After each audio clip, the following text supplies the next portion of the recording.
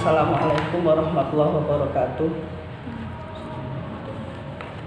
Innal hamdalillah nahmaduhu wa nasta'inuhu wa nastaghfiruh wa na'udzu billahi min syururi anfusina wa min sayyiati a'malina. May yahdihillahu fala mudhillalah wa may yudhlil fala hadiyalah. Assalatu wassalamu ala Rasulillah wa ala alihi wa sahbihi wa man walah. Rabbi shrah li sadri wa yassir li amri wa hlul 'uqdatam min lisani yafqahu qawli. Ustadzah Harapan Bunda yang saya hormati, para orang tua wali murid Harapan Bunda yang saya hormati, beserta seluruh keluarga besar Harapan Bunda yang saya muliakan. Saya masih ingin mengupas yang berkaitan dengan harta ya, sebagai sambungan dari materi yang dulu pernah saya sampaikan. Mungkin ini yang terakhir tentang harta. Karena memang kenapa saya ngambil tema tentang harta, seperti yang dulu saya sampaikan bahwa antara Ramadan dengan infak itu menjadi terjalin hubungan yang erat ya. Ada amal yang salah satunya didorong pada bulan Ramadan yang harus kita lakukan, yaitu infak sedekah, dan termasuk di dalamnya penunaian zakat. Memang harta itu, atau kalau kemudian menjadi sebuah sistem kemudian kita kenal dengan sistem ekonomi itu di dunia lebih banyak berkembang pada dua pandangan. Satu, pandangan kapitalis, dan pandangan komunis. Pandangan kapitalis itu ketika orang yang memiliki modal, memiliki kapital, itu dia punya kekuasaan untuk memutar uang itu dan kemudian menghasilkan dengan hasil yang sesuai yang digandang. Nah, biasanya pada kalangan yang punya pemikiran kapitalis itu dia akan mengambil salah satu slogan dalam bidang ekonomi itu, bagaimana caranya supaya mengeluarkan uang sedikit tapi kemudian menghasilkan hasil yang besar. Akhirnya akan kita jumpai bahwa para pemilik modal itu akan semakin kaya, sementara buruh ya, itu tidak pernah mendapatkan hasil lebih kecuali ya sekedar untuk penopang hidup. Tidak pernah kita jumpai buruh itu kemudian mendapatkan gaji yang bisa makin hari makin meningkatkan taraf kehidupan. Jadi hampir-hampir setiap buruh yang nanti akan kita peringati hari buruh itu tanggal 1 Mei itu, keadaannya tidak berubah ya, karena memang para kapital itu, para pemilik modal tidak ingin memberikan gaji yang bertumbuh, yang berkembang, yang progresif ya. Akhirnya atau kalau toh progresif ya kebutuhan mendasar juga naik.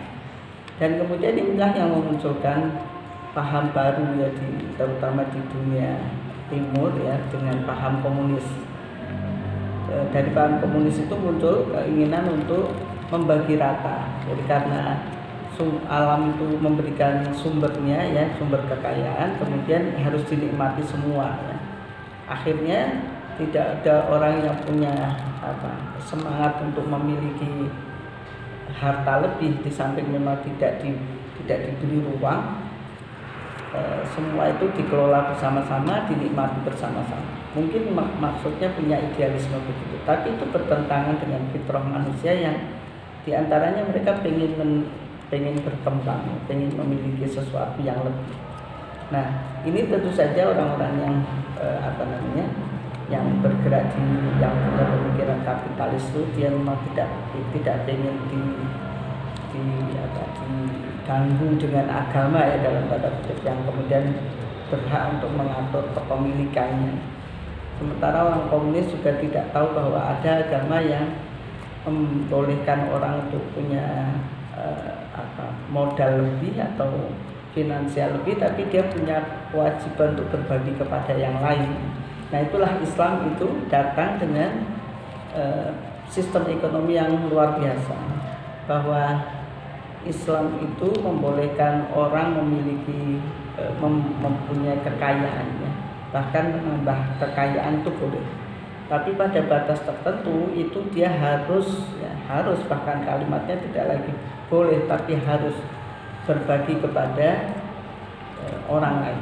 Dia tidak boleh menguasai penuh ya harta yang dia usahakan, tapi dia harus membagikan kepada yang lain. Nah, saya akan menyampaikan beberapa pandangan Islam tentang harta. Kalau kemarin saya sampaikan beberapa kesalahan umat ya tentang pandangannya terhadap harta ya. Nah, ini sekarang sebetulnya Islam memberikan pandangan seperti apa tentang harta itu. Bahwa manusia itu boleh untuk menikmati atau memiliki harta dengan sesuai dengan keinginannya atau sesuai dengan cita-citanya, sesuai dengan kesungguhannya. Tapi dia harus membaginya kepada yang lain.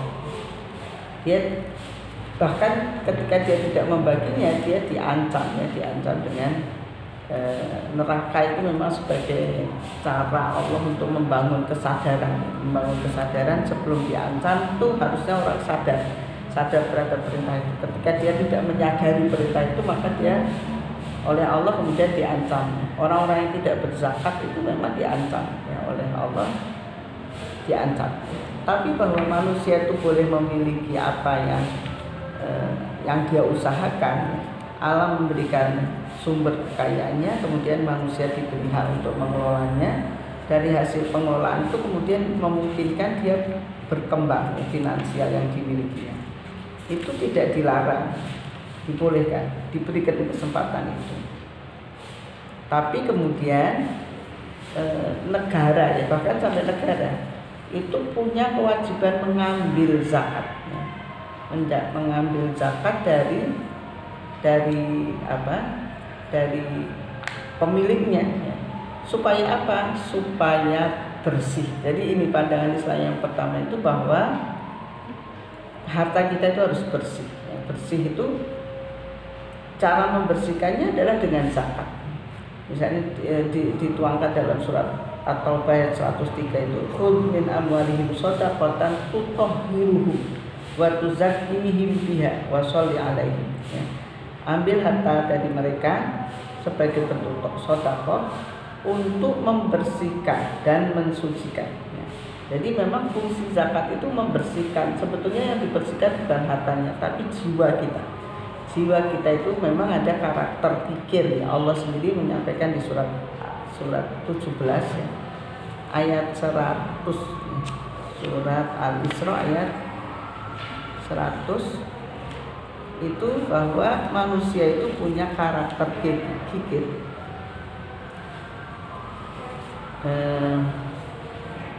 Qul antum tamlikuna khazaina rahmati rabbi idal amsaktum khasyatal infaq wa kana al-insanu qatura ya. Katakanlah Muhammad, sekiranya kamu menguasai perbendaharaan rahmat Tuhanku, niscaya perbendaharaan itu akan kamu tahan karena takut membelanjakannya. Dan manusia itu memang sangat pikir. Jadi dia pasti ditahan ya, karakter untuk menahan itu ada. Karakter untuk pikir itu manusia ada.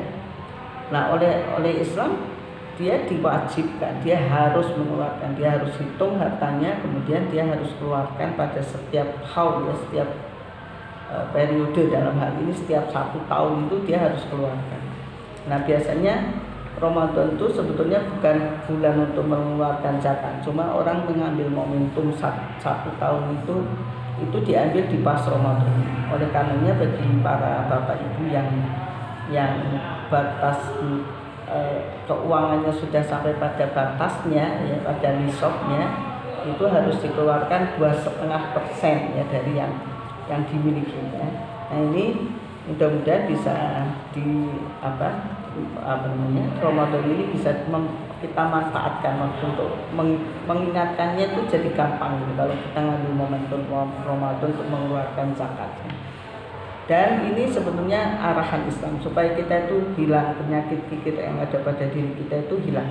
Karena kalau kita tidak keluarkan zakatnya, memang di akhirat kita akan diancam. Di dunia kita disebut orang-orang yang bakhil, orang yang Kemudian yang kedua, selain zakat sebagai cara kita untuk membersihkan harta, Allah itu juga menyebutkan cara kita untuk memandang harta itu dengan meminjamkan kepada Allah. Jadi Allah menyebutnya dengan pinjaman. Kalau pinjaman itu berarti kan dikembalikan. Allah nanti akan mengembalikan ketika kita meminjamkan. Meminjamkan itu teknisnya yaitu ya dengan disedekahkan. Tapi Allah menyebutnya dengan meminjam. Di surat Al-Baqarah ayat 245. A'udzubillahi minasyaitonir rajim. Bismillahirrahmanirrahim. Man dzalladzi yuqridullaha qardan hasana fayudha'ifahu lahu ad'afan katsira. Wallahu yaqbidu wa yabsutu wa ilaihi turja'un. Barang siapa meminjami Allah dengan pinjaman yang baik, maka Allah akan melipat gandakan ganti kepadanya dengan ganti yang banyak. Allah menahan dan melapangkan rezeki, dan kepadanya lah kamu dikembalikan. Nah, ini artinya ketika ayat ini turun, Allah menyampaikan cara Allah menyuruh orang untuk bersedekah itu tidak disuruh untuk bersedekah, tapi meminjamkan kepada Allah. Kemudian Rasulullah menyampaikan kepada para sahabat, siapa yang akan meminjamkan hartanya kepada Allah, Allah akan ganti dengan ganti yang berlipat ganda. Kemudian Rasulullah bacakan ayat ini. Ada salah satu sahabat namanya Abu Dahdah. Abu Dahdah itu dengar kalimat Rasul, kemudian dia keluar, dia menemui Rasul. Ya Rasulullah, apakah benar Allah butuh pinjaman? Ya.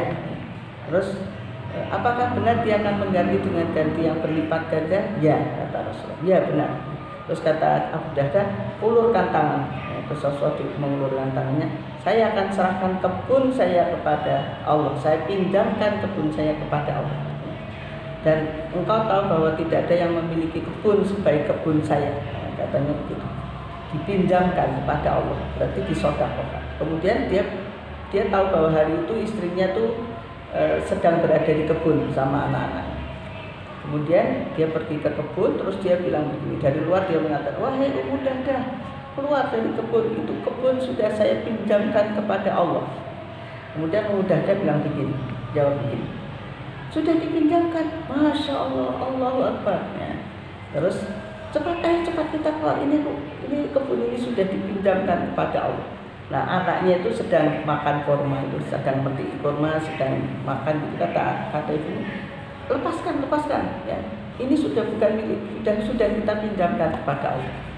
Nah itu begitu, artinya para sahabat itu sampai begitu rupa mempraktekkan ayatnya, bukan hanya mengsedekahkan 5.000 rupiah, 50.000 rupiah, 100.000 rupiah ya, tapi kebun ya, Masya Allah. Karena apa? Karena yakin Allah akan mengganti dengan ganti yang berlipat. Dan marilah pada Ramadan ini kita semangat meminjamkan kepada Allah. Banyak lahan yang akan yang tersedia bagi kita kalau kita ingin meminjamkan sesuatu kepada Allah ya. Lahannya bisa rumah Quran, bisa sekolah ya, bisa kebaikan-kebaikan yang itu Allah bukan meminta tapi meminjam ya. Pasti kalau dipinjam oleh Allah pasti akan dikembalikan, dan bahkan Allah akan mengembalikannya dengan ganti yang dilipat gandakan. Kemudian yang ketiga yang diperintahkan Islam tentang harta itu adalah berusahalah untuk bersyukur terhadap apa yang kita miliki. Persoalan banyak sedikit itu urusan takdir. Tapi yang penting bagi kita, yang harus kita bangun pada diri kita itu bersyukur, ya, bersyukur terhadap apa yang sudah Allah berikan kepada kita. Bersyukur itu tidak harus kemudian kita baru bisa bersyukur ketika kita sudah memiliki banyak. Ya. Sebetulnya yang sudah diberikan oleh Allah kepada kita itu sudah sangat banyak. Ya. Nah, kadang-kadang kita merasa belum banyak itu karena belum bersyukurnya kita terhadap apa yang kita miliki. Kadang-kadang yang muncul pada diri kita itu lebih banyak mengeluhnya. Ya. Sebetulnya lihat aja betapa Allah itu sudah memberikan curahan rahmat kepada kita itu dengan memberikan banyak hal yang kita harapkan, yang kita dambakan, bahkan yang kita butuhkan, lebih dari apa yang kita harapkan ya, tapi yang kita butuhkan Allah berikan. Oleh karenanya ada ucapan ulama itu, orang yang bahagia itu adalah orang yang mencintai dan mensyukuri apa yang dimilikinya dan tetap bekerja serta optimis untuk keadaan yang lebih baik di hari esok. Nah, jadi itu yang penting buat kita. Kalau ingin bahagia, nikmati apa yang ada. Nikmati itu bukan kemudian tidak ingin mendapat sesuatu yang lebih ya. Kita nikmati yang sekarang sudah ada di tangan kita. Kemudian kita bekerja lebih baik ya, sambil tetap berdoa, membangun jaringan yang lebih luas, supaya kemudian kita punya harapan, ya, punya optimisme untuk hari esok yang lebih baik.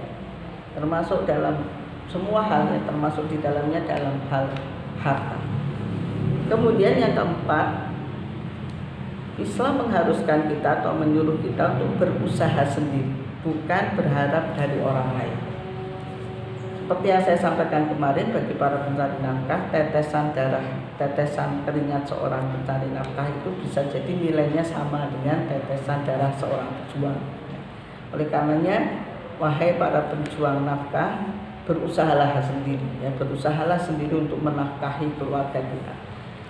Allah akan menilai kesungguhan kita dalam mencari nafkah, untuk membahagiakan anak-anak kita, untuk menanggung kehidupan mereka, untuk membiayai sekolahnya, untuk memberikan gizi yang cukup kepada anak-anak kita, untuk memberikan pakaian yang layak kepada istri kita, untuk memberikan perhatian yang lebih kepada orang tua kita, untuk memberikan sedekah kepada orang-orang yang membutuhkan. Dan itu membutuhkan biaya yang besar. Oleh karenanya, syukuri apa yang sudah ada dan kemudian tetap bekerja, tetap berbuat, berusaha sendiri, ya, jangan pernah berharap untuk mendapatkan sedekah dari orang lain, ya. Apalagi sampai menjagain, ya, bahasa Jawanya apa itu, berharap ditanggung begitu misalnya, ya.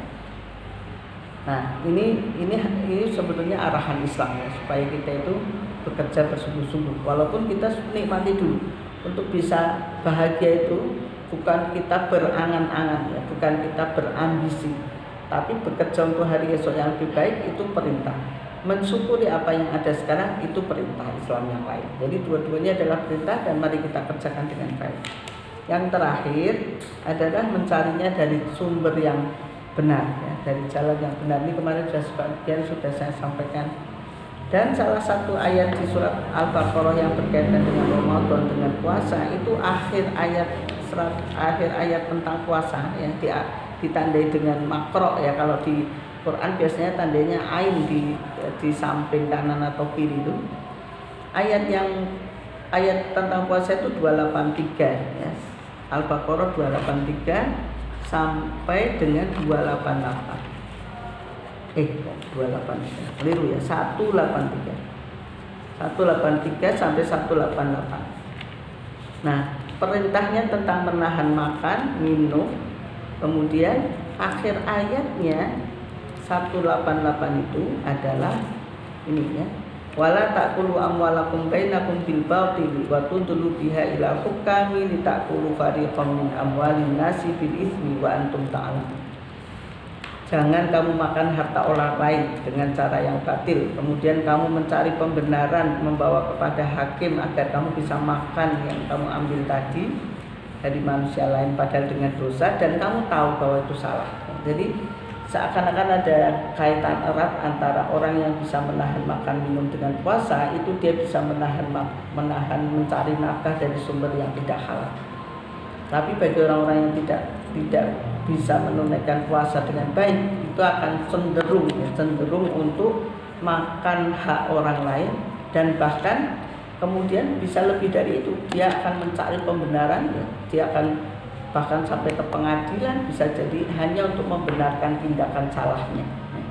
Nah, ini sangat berkait ya antara puasa dengan penjagaan kita dari mencari sumber nafkah yang tidak halal. Oleh karenanya di Ramadan ini saya pesankan sekali lagi, jangan pernah mencari rizki dari sumber dan cara yang tidak halal. Kasihani anak-anak kita, kasihani keluarga kita, jangan sampai mereka kemudian terpaksa ya memakan barang haram ya, karena ketidaktahuan bisa jadi, karena keluar orang tuanya yang ceroboh ya. Semua hal yang kita lakukan, semua yang kita usahakan akan diminta pertanggungjawabannya oleh Allah. Mudah-mudahan ada manfaatnya. Assalamualaikum warahmatullahi wabarakatuh.